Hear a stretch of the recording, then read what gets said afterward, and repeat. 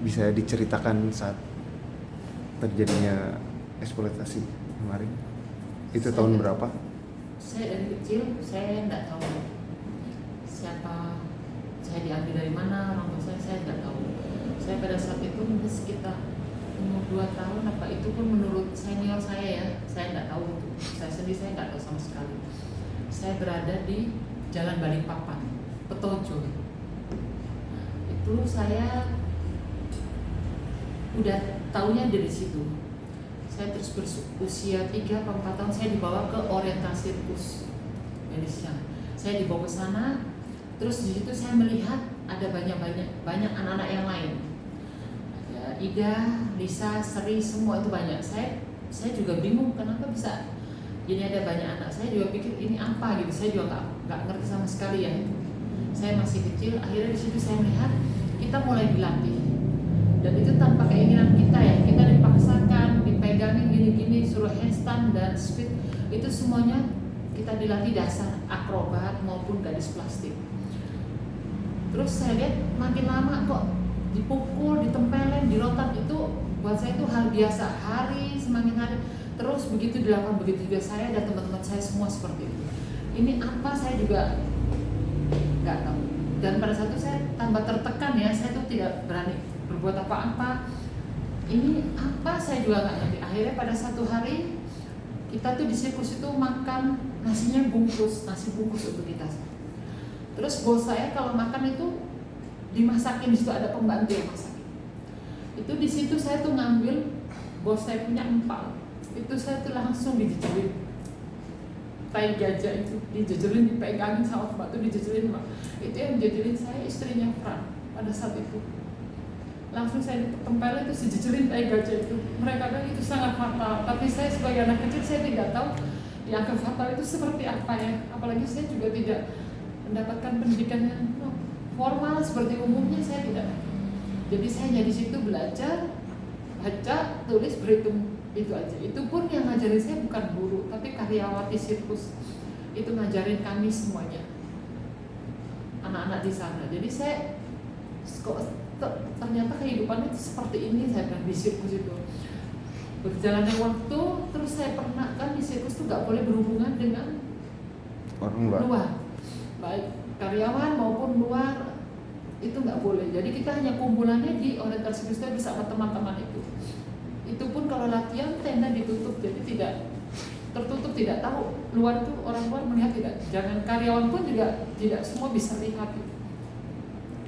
Berjalannya dewasa, usia saya terus dewasa, saya namanya dewasa, saya suka ya, saya remaja, saya ada suka dengan karyawan. Itu yang saya paling sakit hati, dan itu trauma buat saya sampai sekarang. Saya kalau sebetulnya saya ditanya seperti ini, saya tuh sakit hati, saya masih ada rasa trauma yang sangat dalam, dan itu tidak akan pernah hilang menurut saya.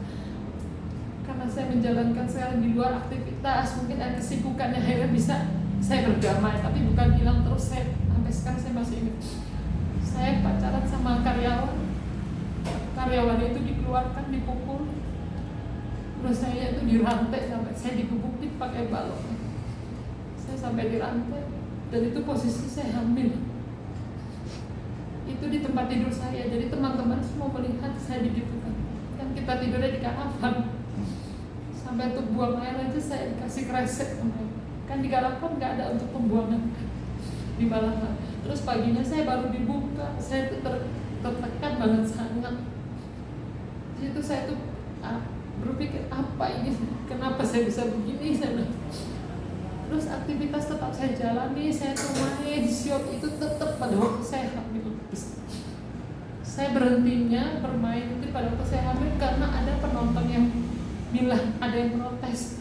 Karena bos saya kan setiap main, mereka kadang duduk di sela-sela penonton untuk apa, di situ ada penonton yang bilang, kok hamil masih disuruh main. Akhirnya saya baru diistirahatkan itu pun tetap menjaga batu-batu yang lain saya dapat. Akhirnya saya melahirkan, itu pun saya dipisahkan dari anak saya. Saya tidak menyusui dan saya tidak tahu. Itu langsung dibawa ke Jakarta. Itu keadaan saya masih di rumah sakit. Akhirnya ternyata ditaruh di Pondok Indah. di rumah Pondok Indah. Di situ saya 2 tahun kemudian saya baru melihat, karena sirkus kalau main di Jakarta itu tempat base campnya kita, di sana bermain.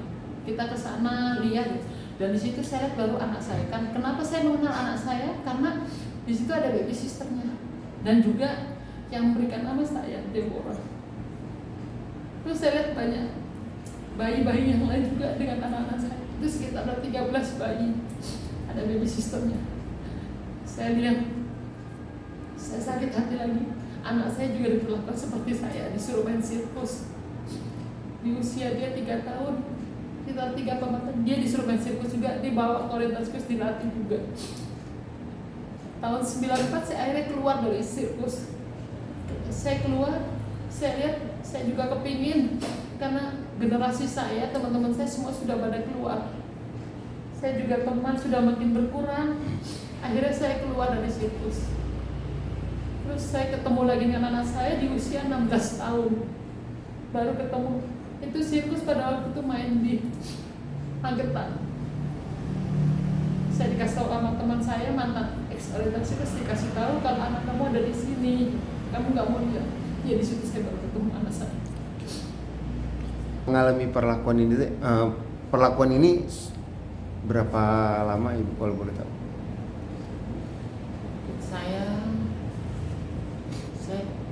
Saya kan nggak tahu umur saya, jadi saya nggak tahu Bang. Dari balita sampai remaja mungkin ya Bu? Mungkin saat ini sudah Saya waktu itu ya, tahun 70-an Bang, saya nggak tahu. tahun 70 mulai Iya, bisa. sampai 93. 94 saya. Oh 94. Mungkin Bu sudah bertemu dengan Bu Hati. Nama Debbie sudah. Itu pun juga saya ketemu umur usia 16 tahun itu, saya punya pekerjaan juga di luar, saya udah lebih bisa untuk hidup di luar. Saya sudah mengerti ya, oh di luar itu seperti ini. Terus saya punya suami. Akhirnya saya beliin handphone biar saya bisa berhubungan. Jangan. Terus akhirnya saya hubungan. Saya juga perkenalkan diri karena dia tidak mengakui saya. Pada saat itu manggil saya Tante. Akhirnya saya berkenalkan diri saya, ada masa lalu yang kamu tidak ngerti. Ya. Nanti pelan-pelan akan saya ceritakan. Akhirnya ya itu berjalannya waktu, saya suruh keluar dari sana. Itu nggak bagus buat masa depan kamu. Karena kan dulu saya merasakan di situ ya, dan suami saya juga bilang keluar aja dari sana. Tapi anak saya nggak mau. Anak saya bilang nanti aja, Ma. Karena dia takut, tidak nyaman juga buat saya. Dia takut dia kabur, nanti dicariin gimana, dampaknya ke saya juga. Saya bilang nggak usah takut, saya sekarang sudah punya keluarga dan suami saya juga menyupport saya ya, nggak usah takut. Akhirnya usia 20 tahun dia minta bantuan sama saya, Ma aku sudah capek, aku mau keluar, tolong bantu aku. Jadi akhirnya dia kabur juga. Itu sirkus waktu itu main di Jakarta, yang ngambil saya sama suami saya. Saya nyamperin ke sana, terus saya bantu dia bawa ke Malang biar hidup sama saya. Akhirnya kita kumpul, dan itu pun KTP yang bikinkan saya. Begitu juga KTP saya yang berusaha saya sendiri bikin, karena saya tidak punya identitas. Dari cerita Bu Hati ada pengancaman tidak sih Bu? Tidak. Mungkin di dalam selain mendapat siksaan atau apa, ada pengancaman atau seperti apa di dalam? Tidak ada cerita Di seperti luar ini saat ini? pas di dalam. Oh pasal. Ya. Saat ini sudah Alhamdulillah sudah hidup kecil, keluarga saya kecil ya, anak saya juga sudah mulai kerja.